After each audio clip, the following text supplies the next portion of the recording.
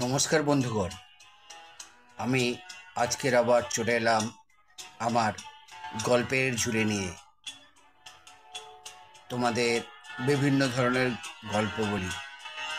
আজকের গল্পটা শুনে দেখো তো, তোমাদের কিসের গল্প তোমরা শুনতে চলেছ? তোমরা কি বুঝতে পারছো? বুঝতে পারো আর না পারো, তোমাদের নামটা তো বলি। আজকের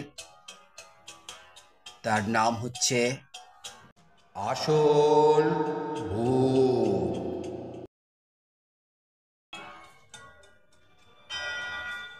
চল, খেলতে যাবি না?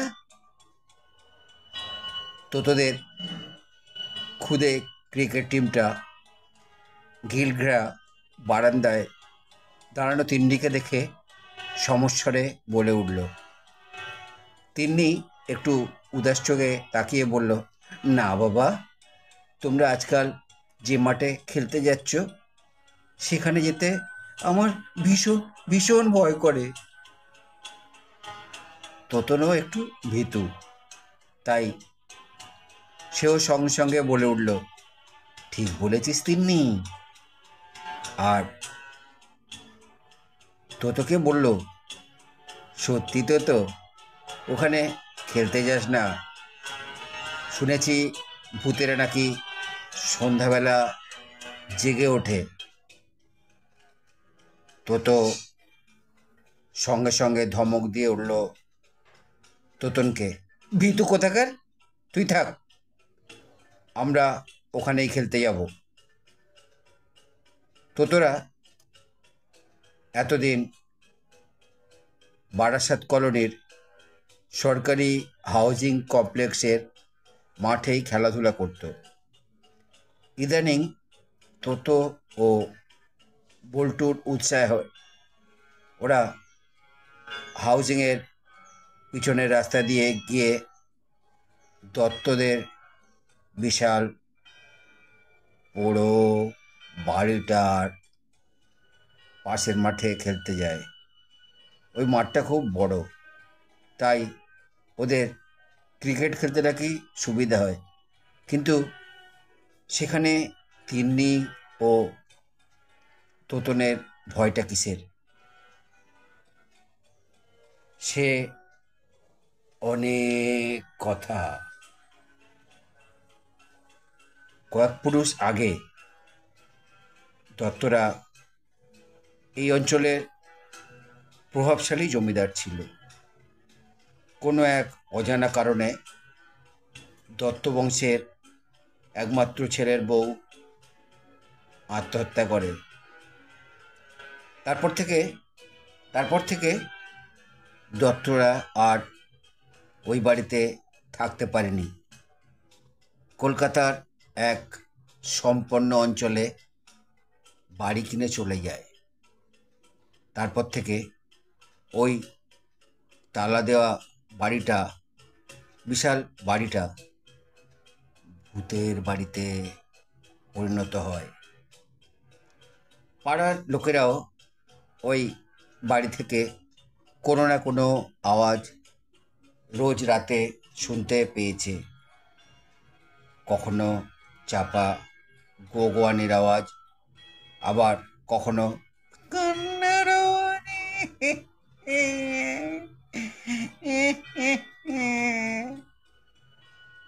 আবার কখনো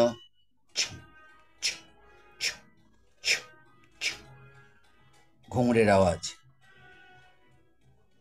কেউ কেউ বলে যে বউটি আত্মহত্যা করেছিল। সে নাকি বেনারসের এক নামকরা নর্তকী ছিল। সেই অতৃপ্ত আত্মা নাকি বাড়িময় ঘুঙুরের আওয়াজ তুলে নেচে বেড়ায়। দত্তবাড়ি সম্বন্ধে এরকম একটা গল্প প্রচলিত আছে বলে দত্তবাড়ির ধারে কাছে কেউ যায় না। আর এই এক ফোঁটা ছেলেগুলোর সাহসও ধন্য। দলের মধ্যে তোতো ও বল্টুটা অসীম সাহসী। তাছাড়া তোতোদের ক্লাসে সেদিন বিজ্ঞান স্যার বলেছিলেন ভূতের ভয় নাকি মানুষের মনের দুর্বলতা থেকেই জন্মায়। ভয়ের কারণটা অনুসন্ধান করলেই নাকি ভয় কেটে যায়। তকাই, পাভেল, তোতন ওরা কিছুতেই ওখানে খেলতে যেতে চায় না। বল্টু, তোতোরা ওদেরকে মেয়ে বলে রাগায়, বলে তিনির মতন তোরাও ফ্রক পরলে তো পারিস। এরকম অপমান বা এরকম অপমানজনক কথায় তাদের সহ্য হয় না। তারা বলে এই অপমানজনক কথা সহ্য করার চেয়ে ভূতের সাথে লড়াই করাই অনেক ভালো। তাই তারা ওই বাড়িতে বা ওই বাড়ির মাঠটার কাছে খেলতে রাজি হয়। কিন্তু 2-3 দিন থেকে তিনটা একেবারে মেকে বসেছে। যাকে ও তো মেয়ে, ভালো খেলতেও পারে না, শুধু বল টল এনে দেয়, এই যা। তারপর তারপর তারপর একদিন কি হলো জানো? একদিন খেলা শুরু হতে একটু দেরি হয়ে গেল। আর দেরি দেরি দেরি করে খেলা শুরু হওয়াতে প্রথম দিকটা খেলাটা একটু ঝিমিয়ে পড়েছিল। পাভেল ব্যাটিং সাইডে ব্যাট হাতে করে দাঁড়িয়ে, ও খুব ভালো ব্যাট করে। তকাই বল করলো, পাভেলের ব্যাটে বলে লেগে একেবারে শাঁসা করে কোথায় চলে গেল বলটা। দর্শক থাকলে হয়তো ছয় ছয় ছয় বলে নির্ঘাত চেঁচাতো, কিন্তু সর্বনাশ, বলটা যে একেবারে দত্তদের বাগানে গিয়ে পড়ল।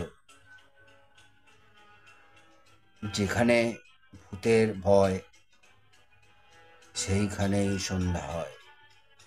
আবার সত্যি সত্যি সন্ধ্যা লেগে এসেছে, কিন্তু এখন তো ভয় করলে চলবে না, বলটা তো নিয়ে আসতেই হবে। বল্টু বলল, তোরা এখানে দাঁড়া, আমি প্রাচীর টপকে বল নিয়ে আসব। বিপদে পড়লে, যদি আমি বিপদে পড়ি, 2টি সিটি বাজাবো, তখন তোরা প্রাচীর টপকে যাবি। এই বলে বল্টু প্রাচীর ডিঙিয়ে লাফিয়ে পড়ল। শুকনো পাতার মজমজ আওয়াজ হলো। সাপ খোপ নেই তো? বিজ্ঞান বইতে সে পড়েছিল সাপেরা সাধারণত পুরনো বাড়িতে থাকতে ভালোবাসে। কিন্তু বলটা যে খুঁজতেই হবে। বল খুঁজতে খুঁজতে বল্টু একটা ভাঙা জানালার কাছে চলে গেল। সত্যি সত্যি হঠাৎ ওরা ওখান থেকে কানে একটা চাপা কান্নার সুর শুনতে পেল, বা চাপা কান্নার সুর ভেসে এলো ওদের কানে। বল্টুর মেরুদণ্ড দিয়ে একটা হিম শীতল শিরশিরে ভাব বয়ে গেল। তবে কি এতদিন যা যা শুনেছে সব সত্যি? কান্নার আওয়াজটা জানালার ভিতর দিয়েই আসছে বলে মনে হলো। ভাঙা জানালা ধাক্কা দিতেই খুলে গেল। আবছা অন্ধকারে দেখা গেল ওদেরই বয়সী দুটো ছেলে বসে কাঁদছে ওখানে। বিপদ বুঝে বল্টু তার কথা মতো দুবার সিটি বাজালো। সঙ্গে সঙ্গে ঝুপঝাপ আওয়াজ করে তোতোরা লাফিয়ে পড়ল বাগানে। তোতো ওদের দেখে চিৎকার করে বলল, তোমরা কে? তোমরা কে? এখানে কি করছো? ভয়ে কাঁদতে কাঁদতে একটা ছেলে বলল, কাল রাতে কারা যেন আমাদের ধরে এনে আটকে রেখেছে। তোর সঙ্গে সঙ্গে মনে পড়ে গেল মা সেদিন বলেছিল কাগজে নাকি লিখেছে বাচ্চা ছেলেদের চুরি করে একটি দল হোটেলে আটকে রেখেছিল। পুলিশ ছেলেগুলো সমেত পুরো দলটা ধরে ফেলেছে। সেরকম একটা কিছু আঁচ করে তো সঙ্গীদের বলল, তাড়াতাড়ি দরজা ভেঙে ফেল। তালা দেওয়া দরজায় সকলে ধাক্কা মারতে লাগলো, কিন্তু মজবুত দরজা কিছুতেই ভাঙা গেল না। তালা ভাঙতে হবে। তাই টকাই একটা বিশাল পাথর এনে তালার উপরে মারতেই ছিটকিনি সমেত তালা খুলে গেল। হুড়মুড় করে ওরা ঘরে ঢুকে পড়ল। তখন ঘরে দেখলো ভ্যাপসা গন্ধ। তোতন ছেলে দুটোকে বলল, তোমাদের বাড়ি কোথায়? কিভাবে এখানে এসেছো? একজন বলল, তার বাড়ি মালদার কাছে গাজলে। ওরা স্কুল থেকে ফিরছিল, কিন্তু হঠাৎ একটি গাড়ি এসে ওদের পাশে দাঁড়ালো। গাড়ি থেকে দুজন লোক নেমে নাকে রুমাল দিয়ে গাড়িতে তুলে নিল। এভাবে দু জায়গা থেকে দুজনকে গাড়িতে তুলেছে। তারপর তারা আর কিছু জানে না। বল্টু বলল, তো তাড়াতাড়ি ওদেরকে এখান থেকে নিয়ে চল, নইলে ছেলে পাচারকারীরা এসে পড়লে খুব বিপদে পড়ব। ছেলে দুটোকে নিয়ে ওরা ছুটতে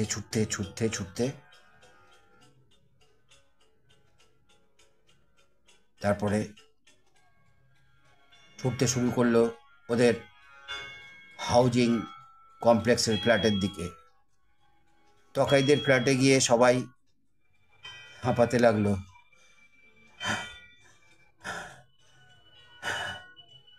ওদের মুখে সব শুনে টকাইয়ের বাবা তার বন্ধু বারাসাতের পুলিশ অফিসার অরিন্দম বাবুকে ফোনে সব জানালো।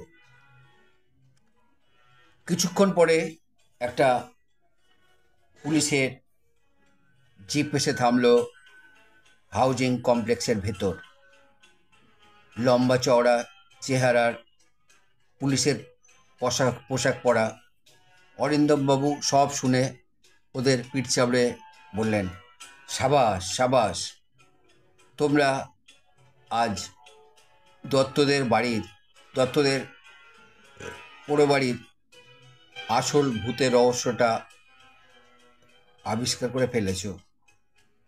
আজকাল এইসব অসামাজিক কাজ বন্ধ করতে তোমাদের মতো সাহসী ছেলেদেরই তো দরকার।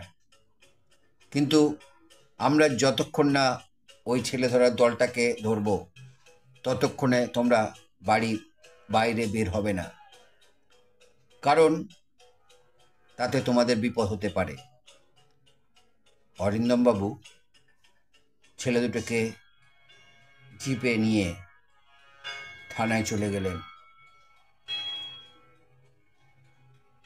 তোদের খুব ভালো লাগছিল, কারণ তারা একটা ভালো কাজ করতে পেরেছে।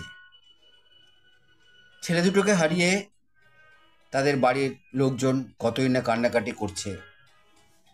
ওরা বাড়ি ফিরে গেলে বাড়ির লোকদের কত আনন্দ হবে। হঠাৎ তোতো বলল, চল তিন্নিকে আসল ভূতের গল্পটা বলে আসি।